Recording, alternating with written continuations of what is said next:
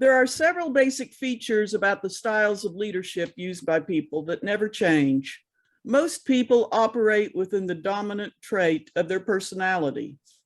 Thomas Persley Jr. has been studying leadership styles as part of the Level 2 project on the effective coaching pathway.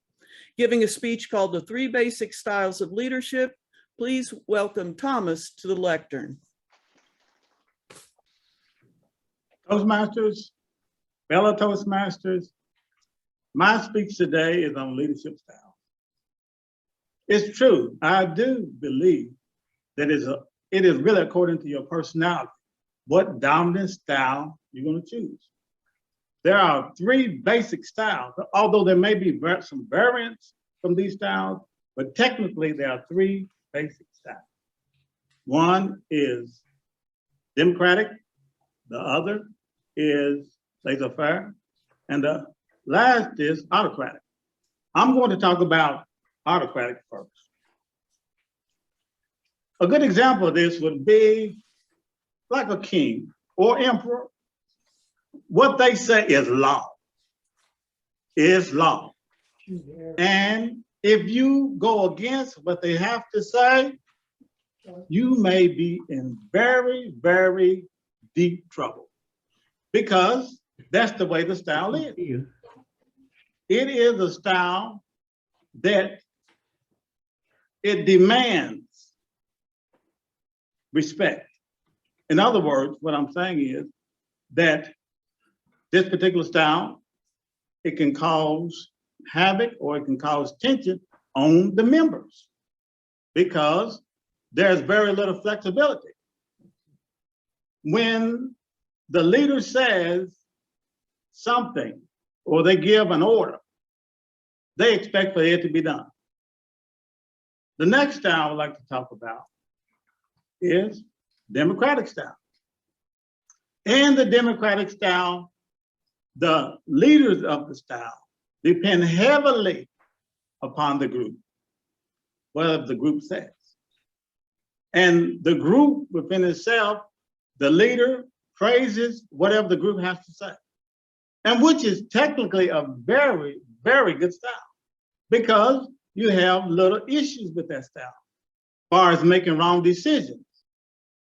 But the negative thing about that particular style is that sometimes decisions are hard to make. It takes a long time for the group at times to make a decision. And maybe in some cases, deadlines will be hard to meet. The last style I'm going to talk about is laissez-faire. This is a style, technically you can say, hands off. Hands off. And it causes issues within the group because it's hands off. There is lack of leadership ability. When this happens, in a lot of cases, deadlines are not met. And the vision itself may get lost within this particular style. Laissez-faire.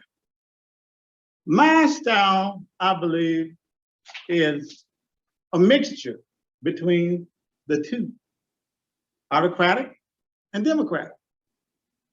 And the reason why I say this is because sometimes I believe it all depends upon the group. If you have a group that you feel that maybe they're not competent, well, then you might have to use that particular style. But then on the other hand, if you have a group that's very competent, you might just lay back and let the group make some of its own decisions, which may be better than yours, and also maybe more so flexible than yours. These three groups are the primary groups that we deal with today. Although, like I say, there are variants, there might be other groups, but primarily they stem from this particular group. And I believe it's a real good group as far as dealing with management style.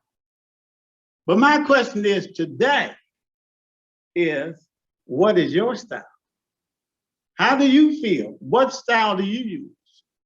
Again, as I stated earlier, I believe that it is a style. All these styles are used according to one's personality.